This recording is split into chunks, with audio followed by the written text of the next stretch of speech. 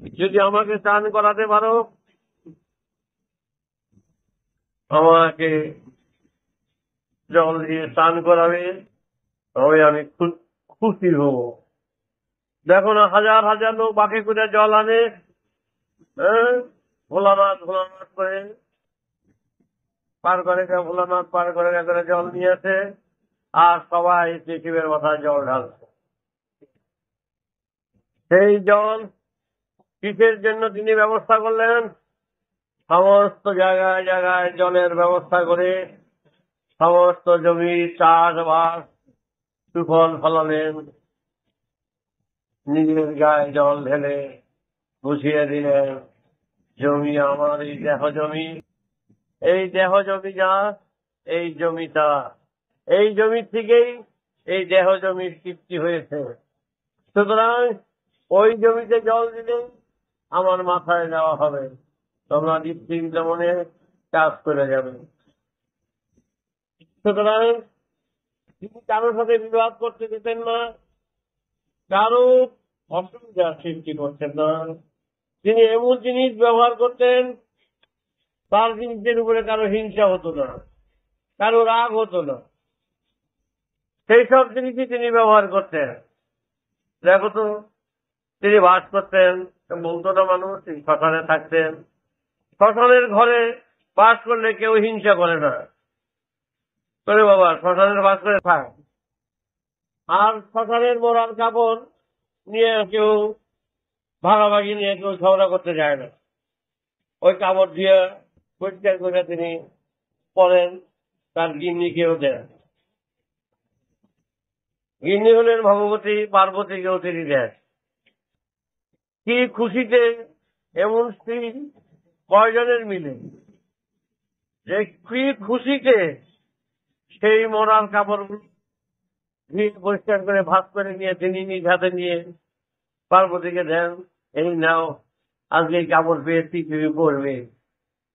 কত আনন্দে আত্মহারা হয়ে তোমাদের যেমন তোমাদের স্ত্রী পুত্র বোনকে বেনারসি শাড়ি, ভালো শাড়ি, সিল্কের শাড়ি, তাঁতের শাড়ি, হ্যাঁ, কত শাড়ি আছে নাম, যেমন দিলে তারা খুশি হয়। আর অমুক বেড়াটা মরে গেছে, তেমুকে মরে গেছে, সে মরার কাপড় তার চেয়েও সে বেশি খুশি হয়। আমাদের ঘরের লোকেরা যদি কোনো মরার কাপড় ধুয়ে দিয়ে কোনো স্ত্রীকে দেয়, সে স্ত্রী তখন হাঁটা শুরু করে দিব, এবং স্বামীকে তুমি গলা ধরে দিয়ে কেউ মরো, কি হয়েছো তুমি, তুমি তোমার যদি রোজগার করতে না পারো, গলা দিয়ে দেখে মরো, এই মরার কাপড় নিয়ে সারবেলা পরে আমি বেরোবো। তো বুঝো, তোমরাও স্ত্রী, আর সেও আসলে স্ত্রী। সুতরাং তোমরা বলবা ঝগড়া বিবাদ, আর ওই স্ত্রী আজ ভগবতী দশভূজা, তিনি পান সবার পূজা। চিন্তা করে দেখো কেমন ভাবে তিনি দিন কাটিয়েছিলেন। আর তোমরা খোপায় বানবা, পকেটে দিবা গোলাপ ফুল, কত সুন্দর সুন্দর ফুল, দেখলে মানুষ তাকিয়ে থাকবে।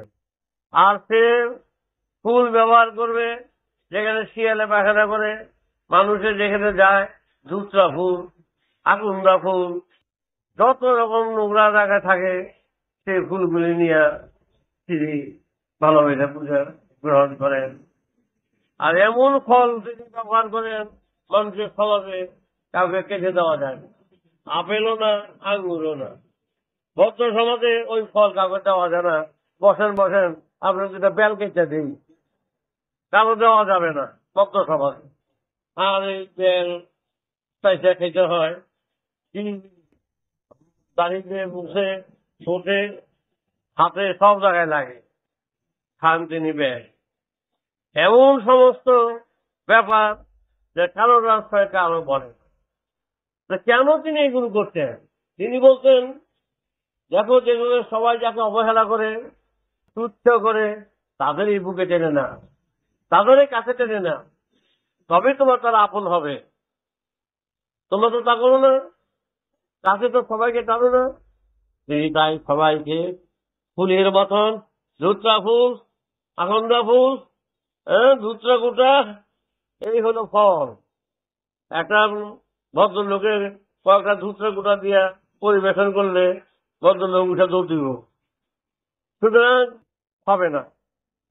তার কাছে তাই দেওয়া হয়, তাই তিনি সাদরে গ্রহণ করেন এবং সেইভাবে তিনি সবাইকে জনক সমাজে সেইভাবে সবাইকে সাদরে, যারা অবহেলিত, তুচ্ছ, দরিদ্র, কাঙ্গাল, সবাইকে তিনি ফুলের মতন কাছে টেনে আপন করে নিয়েছিলেন। এই আপন করার ফলে সবাই শিব ছাড়া জানত না।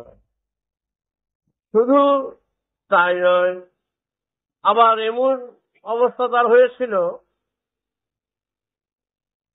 পার্বতীর ভগ্নীর পতিরা তারে পাত্তা দিত না,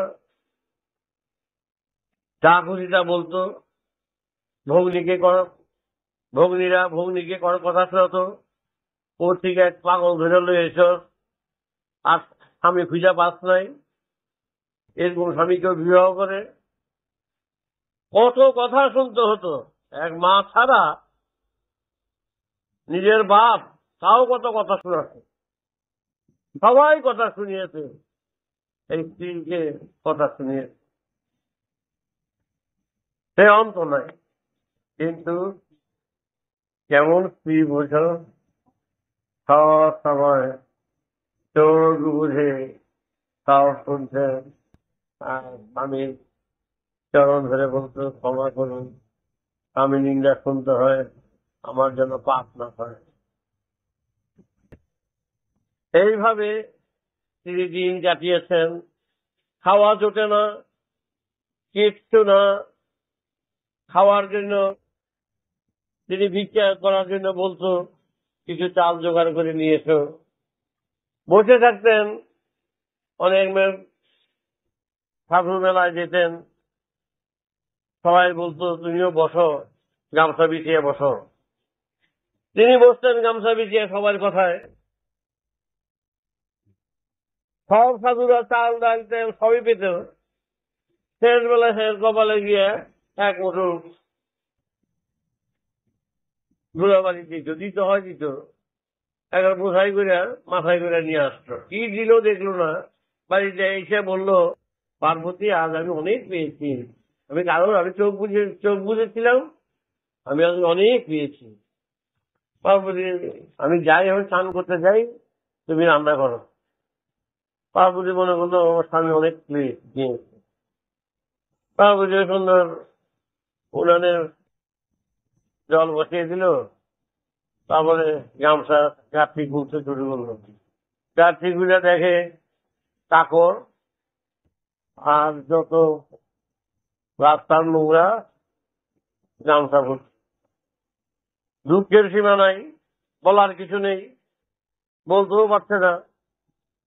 এইভাবে তার দিন কাটত, দিন চলত, যার অভাব নাই। মানুষ যা করতে সব কিছু উদ্ধার হয়ে যায়। সে কারোর বাড়ির উপর দিয়ে গেলে বাড়ির লোক গোবরের ছিটা দেয়, শিবের গায়ে পর্যন্ত গোবরের ছিটা দিচ্ছে, এ রাম রাম, মরার কাপড় পরে আছে, গোবরের ছিটা দেয়, গোবরের ছিটা দেয়। স্বামী স্ত্রী দুজনে গেলেই গায়ে গোবরের ছিটা দিত। বুঝছো আমরা কি অভাগার দেশে বাস করি, যা করতে সব কিছু সম্ভব তারে গোবর ছিটা দিয়া পরিষ্কার করে। অশুদ্ধ ব্যক্তি আছে, কিন্তু হাসি মুখে তারা সব সহ্য করতে। তার ভক্তেরা নির্যাতিত, যে জমিগুলি উদ্ধার করলেন পরিশ্রম করে, জমিদাররা সব জমিগুলো দখল করে নিয়ে গেল তাদের মারপিট করে। বোঝো কি কষ্ট স্বীকার করতে হয়েছে তার। তারপরে তিনি নিয়ে যেত যারা ব্যবসা বলে, ওই জায়গায় বলে কুচুনি পাড়া। প্রভুকে গান শোনায়, নাচ দেখায়, মেয়েরা নাচ দেখাইতেছে, গান দেখাইতেছে, ভোলানাথ তো বয়ে বয়ে নাচ দেখে ওই সমস্ত মেয়ে লোক দিয়ে, যারা মেয়ে লোকগুলো ব্যবসা যারা করে। ভগ্নিপতিরা জানতে পারলো তিনি ওই বাড়িতে যায়, ওইসব বাড়িতে মহাদেব যাচ্ছে, নিন্দা রটে দিল। আরে সব গুণ আছে, ওই ব্যবসা বাড়িতেও যায়। পার্বতী তার স্ত্রী সেই সব বাড়ির থেকে হাত জোর করে প্রভুকে নিয়ে আসেন, বোন গো ছেড়ে দাও, খাবার সময় হয়ে গেছে। কি ভক্তি, কি শ্রদ্ধা, তোমাদের মতন পিছনে লাগতো না, সন্দেহ করতো না। যে সন্দেহের বেরাম কই গেছিল, রাত হইল কেন, এই যে পিছনে লাগা এটা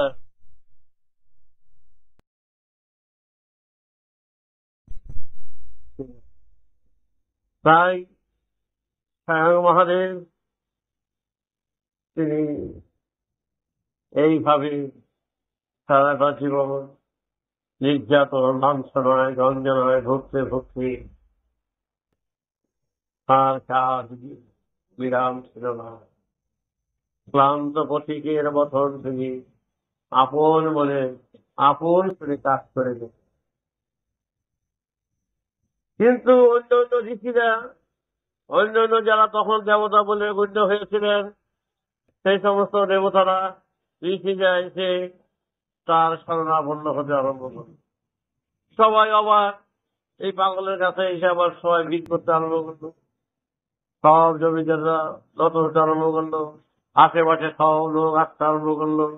তার উদারতা, তিনি চেয়েছেন সমাজকে যেই পিঞ্জরে, সংস্কারের পিঞ্জরে রয়েছে, এই পিঞ্জর থেকে মুক্ত করতে হবে সমাজকে, মুক্ত আকাশে ছেড়ে দিতে হবে, মুক্ত পাখির মতন। আমি সেই প্রচেষ্টায় আমার ধ্যান জ্ঞান, তিনি সেইভাবে পরিশ্রম করে চলেছেন। তিনি যোগ অভ্যাস করেছেন, তিনি যোগের মাধ্যমে তিনি অনন্ত সুরের পথে তিনি বুঝে গিয়েছিলেন কোথায় এর আরম্ভ, কোথায় এর শেষ, বুঝে গিয়েছিলেন। পার্বতীকেও সেই পথ দেখিয়ে দিয়ে তাকে দেবী বলে আখ্যা দিয়েছিলেন। তাই আজ তার স্ত্রী, তার কত সম্মান, পার্বতীর পূজা, দশভূজার পূজা, সে ভাষায় ব্যক্ত করা যায় না। তার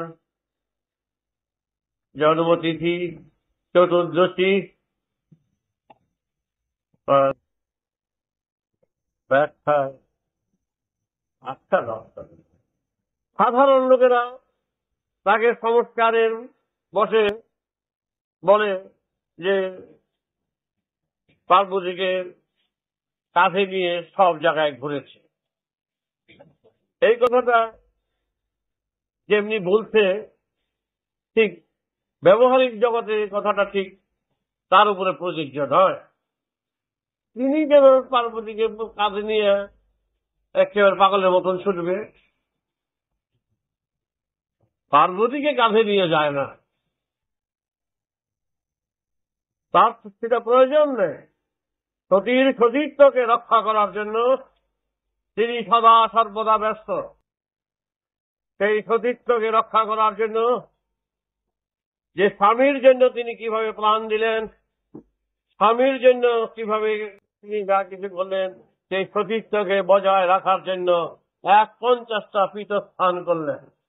এই কথাটা এই নয় যে তিনি পাগল হইয়া একেবারে পার্বতীর জন্য ছোট আর বিষ্ণু বৈশা বৈশা কেটা কেটা পদ্ধতি করে দিল, সেটা হইল গল্পের কথা। সতীর সতীত্ব, তার যে আভিজাত্য, ব্যক্তিত্বকে কিভাবে সম্মান দিলেন, কিভাবে রক্ষা করলেন।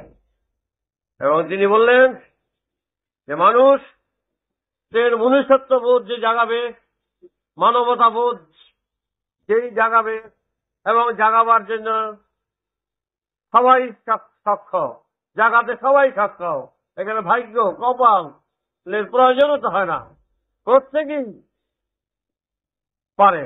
জন্ম যে দিয়েছে সেই পারবে, সেই দেবতা হতে পারবে, সেই শিব হতে পারবে।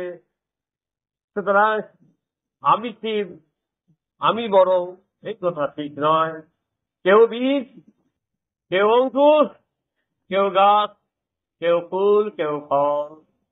তোমরাও আমারই মতন একদিন, আমিও তোমাদের মতন একদিন এই মাটির বুকে বাস করে, আমারও মা বাবা ছিল, আমিও তোমাদের মতন ছিলাম। আমার কায়িক পরিশ্রম, আমার আত্মোৎসর্গ, আমার আত্মত্যাগ, আমার মনসংযম, আমার সবকিছু সংযত করে আমি নিজেকে উৎসর্গ করেছি প্রকৃতির সুরে সুর মিলিয়ে। আমি এগিয়ে গিয়েছি এই মহাকাশের যাত্রী হিসাবে। জানি সবাই একই সুরে সবাই আসছে, মৃত্যুর পর সবাই সহজ, সবাই দিয়ে কেউ নতুন দৃষ্টান্ত স্থাপন করতে পারলো না। সবাই চলে আসছে, দুটো চারটে বাচ্চা দিয়ে চলে যাচ্ছে। আমি চাই এই লক্ষ লক্ষ কোটি কোটি বছর এই অগণিত গ্রহ নক্ষত্র, কত জীব, কত জন্তু, কত কিছু রয়েছে, তার ভিতর থেকে আমি আমার সুরকে জাগাবো, অসুর বৃত্তিকে নিবারণ করে বারণ করে আমি আমার সুরকে জাগিয়ে অনন্ত সুরের পথ পরিষ্কার করব। এটা আমার মানবিকতা, আমার মানবতা, আমার নিষ্ঠা। এখানে কেউ বাধা দেবার ক্ষমতা না। যারা বাধা দেবে, যারা আসবে, আসুক, চিৎকার করুক, আমি নিয়েছি শ্মশানে বাস, তারও বক্তব্য নাই। পরি এমন এক বস্ত্র, তারও কিছু হিংসা নেই। আমি আপন মনে চলি, আপন মনে কাজ করি, আমি আপন সুরে সুর দিয়ে মহাকাশের যাত্রী হিসাবে চন্দ্র সূর্য গ্রহ নক্ষত্রের মতন আমি একটি নক্ষত্র চলছি আপন কক্ষে, আপন পরিবর্তনের রূপান্তরিত হয়ে অনন্ত যাত্রার পথে। সেই শিব, তিনি ধ্যান জ্ঞান, তার জটা ঠিক আছে, গঙ্গা আসছে, তার জটা থেকে গঙ্গা নেমে আসবে কেন? কি তার প্রয়োজন? তার জটা থেকে আসছে, সেই সুর নেমে আসছে। তিনি সব কিছু বুঝেছিলেন যে আমার অনন্ত সুর, অনন্ত ধারা এই আমার এই দেহ যন্ত্রের ভিতর থেকেই প্রকাশিত। তাই জটার মতন সব কিছু নেমে আসছে। সুতরাং তোমরা সেই পথ তার আদর্শ দেখো। তার দেখবার কোনো প্রয়োজনীয়তা নাই, সে কাউকে পরীক্ষা করার প্রয়োজনীয়তা নাই। তিনি বুঝেন, তিনি জানেন, তিনি সব কিছু উপলব্ধি করেন। তিনি সবাইকে ভালোবাসেন। অন্যান্য দেবতারা কত কিছু আছে, কত বর্ণনা বিবরণ আছে, তার বর্ণনা বিবরণের মধ্যে তিনি নেই। তিনি সহজভাবে, সহজ জীবন, সহজ ডাকেই তিনি আসেন। একটা ডাক দিলে তিনি চলে আসেন। আর অন্যান্য দেবতারা একটা বাবু তো, ডাকলে সহজে আসতে চায় না, নামতে চায় না। আর ইনি কুলিকে আমার দেবতা তো, ডাকটা দিলে উঠে দৌড় মারে, কি কেন ডাকছ, সে অন্যরকম। তাই এই মহান ব্যক্তি, এই মহান, সে মহান সুরে তিনি লিপ্ত, মহান সুরে তিনি ডুবে রয়েছেন। তার তুলনা আর কারোর সাথে করা চলে না, কারোর সাথে করা চলে না। তার দৃষ্টান্ত সে নিজে, তার দৃষ্টান্ত অন্য কাউকে দিয়ে দৃষ্টান্ত করা চলে না। তার জ্ঞান, ধ্যান, প্রেম তার নিজের সুরে গাথা, বাধা। তিনি হাওলাত করে কিছু করেননি। তিনি যে রোজগার করেছেন, উপার্জন করেছেন, তার নিজস্ব সত্তা, তাই তিনি মঙ্গলময়। তার উপরেই তো শক্তি দাঁড়িয়ে রয়েছে। শক্তি বাঙালি ব্যবহার করলেন কেন? এই বেচারায় মার প্রার্থনে কালীর প্রার্থনে বলে রয়েছে, আর তো কোনো দেবতা কারো প্রার্থনে বলে থাকে না। সেই বেটা গিয়া কার প্রার্থনে বলে রয়েছে ঠিকই। আর বেটা শক্তির পূজারী, ছেলে শক্তির প্রতিনিধি, মঙ্গলময়, সে যে বিরাট শক্তিশালী, তাই রূপটা তার উপরে দাঁড়িয়ে রয়েছে। এই মহাশক্তি, আত্মা শক্তি তার বুকের উপরে দাঁড়িয়ে আছে। তিনি তাই সেই শক্তির সাধনা, বিরাট সাধনা করলে কি হবে? পাঠ চলে কে? মঙ্গলময়। কে মঙ্গলময় হতে পারে? তিনি একমাত্র মঙ্গলময়, আর কারো অধিকার নাই। যার কোন রাগ নাই, মান নাই, অভিমান নাই, কোনো কিচ্ছু নাই। তাহলে যদি কেউ বর্ণনা দেয় সে অভিশাপ দিল, একেই অভিশাপ দিল, সেই মানুষের অভিশাপ করিয়েছে, জীবনভর বদনাম করিয়েছে। তাই তিনি বলেছিলেন সব ভক্তদের একদিন, দেখে বাবারা, তোরা আমাকে যখনই ডাকবি তখনই তোদের কাছে আমি থাকবো। আমি তোদের ফেলে ঝুলে চলে যাব না, তোদের ফেলে আমি স্বর্গবাস চাই না, তোদের ফেলে আমি অনন্ত মহা সাগরের সুরের আনন্দ তৃপ্তির মাঝে ডুবে থাকতে চাই না। তোদের সাথে আলিঙ্গন করে তোদের সেই প্রেমে ডুবিয়ে রেখে একই সুরে যাতে সুর দিতে পারি, তারই প্রচেষ্টায় আমি আছি। তোরা যখনই আমায় ডাকবি, ডাকবি কি করে ডাকবি? যেখানে ডাকলে সাড়া পাওয়া যায়, এই এই সারার সাধনাই আমার সাধনা। সেই যে বিবেক, সেই যে চৈতন্য, সেই যে আজ্ঞাচক্র, সেই যে সহস্রার, যাহা আমি বুঝেছি, যে সুর সাধনা করেছি, যে সুর সৃষ্টি করেছি, সেই সৃষ্টির ধারাপাতা তোদের আমি ধরে ধরে এই ধরিত্রীর বুকে আমি লিখে দিয়ে গেলাম। যখনই এই ধারাপাতা পাঠ করবি তখনই বুঝতে পারবি শিব কোথায়, মঙ্গলময় কোথায়। ডাকলে শিব উত্তর দেবে, সাড়া দেবে। তাই তার কথা নানা জনে নানা ব্যাখ্যায় দিলেন। আজ তারই দিন, বছর ঘুরে এলো।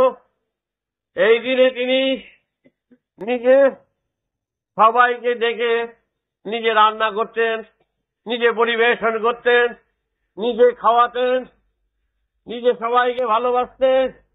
অদ্ভুত অদ্ভুত তার আত্মত্যাগের বিবরণ।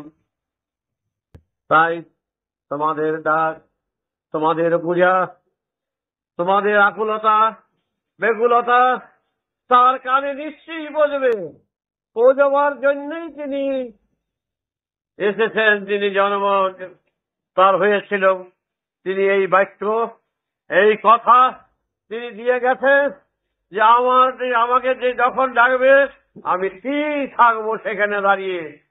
আমি যদি দেখি তার বিবেক, তার চৈতন্য, তার হিংসা, দেশ সব উৎসর্গ করে স্বচ্ছ পবিত্রতায় আমাকে স্মরণ করেছে, আমাকে বরণ করেছে, তাহলে নিশ্চয়ই তার সাথে আবার আমি আলিঙ্গন করে আমি জানিয়ে দেব আমি সেদিনকার সাধারণ ছেলের শিব, এখনো তোদের কাছে সেই রকম কি আছে। কিন্তু হিংসা আছে, কুটিলতা, জটিলতা, দ্বন্দ্বে ভরা তোমাদের জীবন। মুহূর্তে মুহূর্তে তোমরা আলোচনায়, সমালোচনায়, নিন্দায় মানুষকে করেছে বিভ্রান্ত। এই মন দিয়ে তুমি কি করে আমাকে আলিঙ্গন করতে চাও? বলো বলো দেখি তোমরা, এ কি কখনো হয়? আমি এই মন দিয়ে তোমাদের সাথে মিশতে চাই না, কিন্তু ভালোবাসি তোমাদের। ভালোবাসি বলে ওই সমস্ত কণ্টক গুলোকে ভালোবাসি না, ওই সমস্ত বীজগুলোকে সব ফেলে দাও। ওই সমস্ত আবর্জনাগুলোকে দেহ থেকে সব বিদায় করে দাও। পবিত্র মন নিয়ে, স্বচ্ছ মন নিয়ে আত্ম উৎসর্গ করে আসো, আমরা এক সুরের পথের পথিক যাত্রী। চলো, সেখানে বিবাদ নাই, বিচ্ছেদ নাই। আমি যেদিন বলেছিলাম আমি থাকবো, আমি তোমাদের পাশে আছি, দেখো আছি কিনা আমার কথা পরীক্ষা করো। আজও তোমাদের পাশে তিনি এখানে আছেন, তিনি সব সময় থাকেন। কিন্তু কথা হলো, বাতাস তো লাগে গায়ে, বাতাস তো দেখতে পাও না। জল তো উড়ে নিয়ে যায় আকাশের বুকে, জল তো উঠতে দেখো না, পড়তেই দেখো। তাই তিনিও তার মহান আশীর্বাদ, তার স্বচ্ছ পবিত্রতার চোখ তোমাদের মধ্যে রয়েছে, সম্মুখে রয়েছে। কোন বেশে রয়েছে কে বলতে পারবে? বলার অসম্ভব। কিন্তু তার কথা হলো, যেখানেই আমাকে স্মরণ করবে সেখানে আমি থাকবো, থাকবো।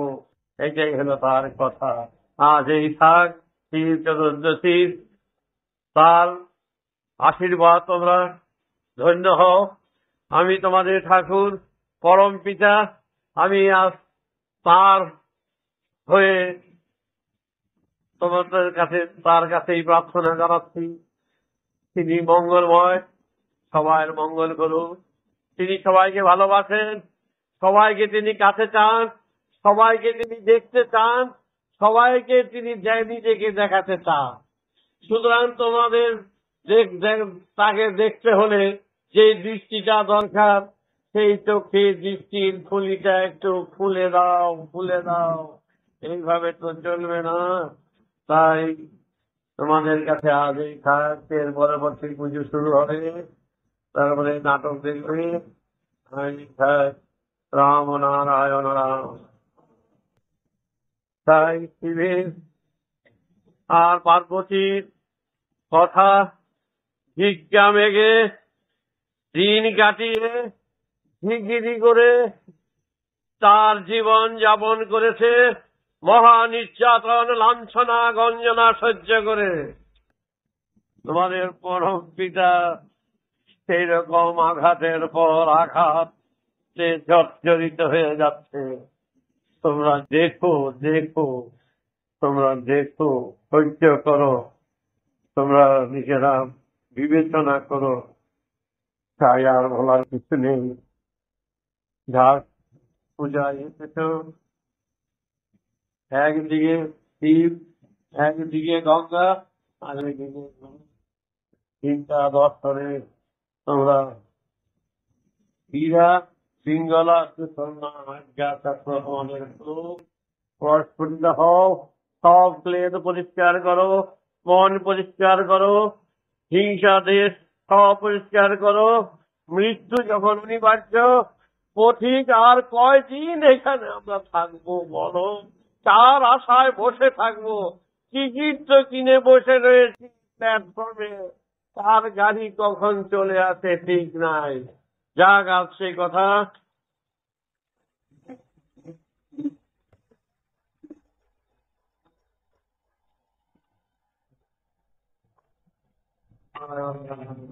রাম নারায়ণ রাম নারায়ণ রাম নারায়ণ। জয় সিংহনাথ, জয় শিব, জয় শিব, জয় শিব, জয় মহাদেব। আমি দেখো দিকে পূজা করতে যাই না, পূজার ঘরে যাই না, কোনো তার মধ্যে আমি লিপ্ত হই না। করলে যারা করে আপত্তি করি না, শুধু ব্যাখ্যা বলে দিলাম শিব সম্বন্ধে। অল্প বিত্ত, অনেক বলার ছিল, 100 ভাগের 1 ভাগও বললাম না। ভোটমাঠ, সাগরের বর্ণনা, সাগর নিজে। মহাকাশের বর্ণনা, মহাকাশ। শিবের বর্ণনা,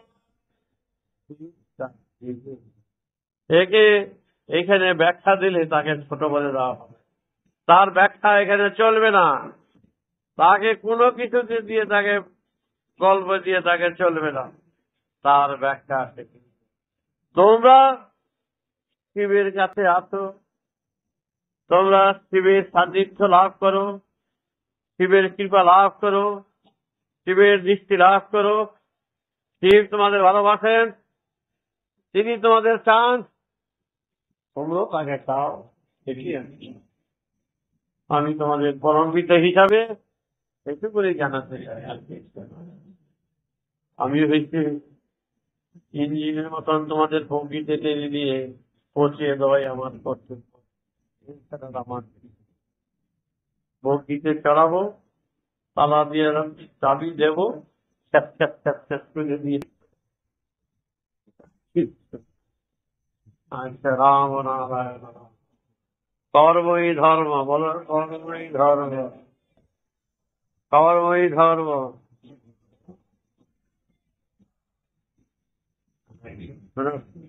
পূজা কখন আরম্ভ হবে? এখনই করে আরম্ভ হবে, জানি না। এরপরে কি দেখাবে নাটক, বইটা মনোযোগ দিয়ে নাম জপ করো, স্মরণ করো।